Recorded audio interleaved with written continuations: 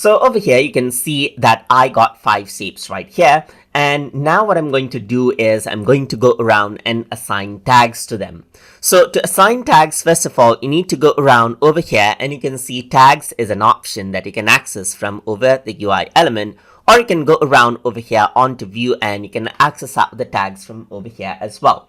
So once that is done, you can go around and select, let's say for example, this logo and click on add and add in the value of the tag right here as logo. Similarly, I'm just going to go around over here and add the tag to this shape as well. And I'm going to call it, let's say computer 1 right here. And this is going to be add in computer 2 right here, just like this. And I'm going to add in another tag over here, computer 3, just like this.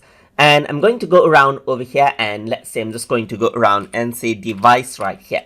So what is the use of this tag is you can go around and see that this is what you have. You can go around and select out the tags right here just like this and view the tags individually. That is what you can do, as you can see right here. Or you can go around and enable and disable out all of the tags, as you can see right here. You can hide it and you can show it right here.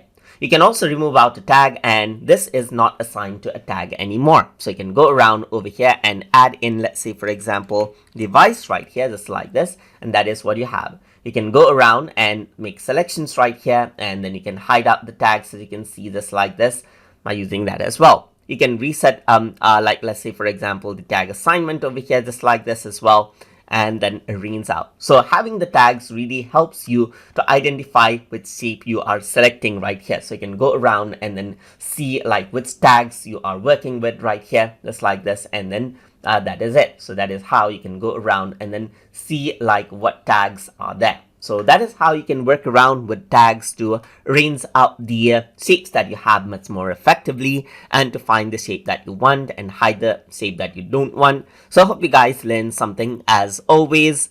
And as always, please like, comment, share, and subscribe.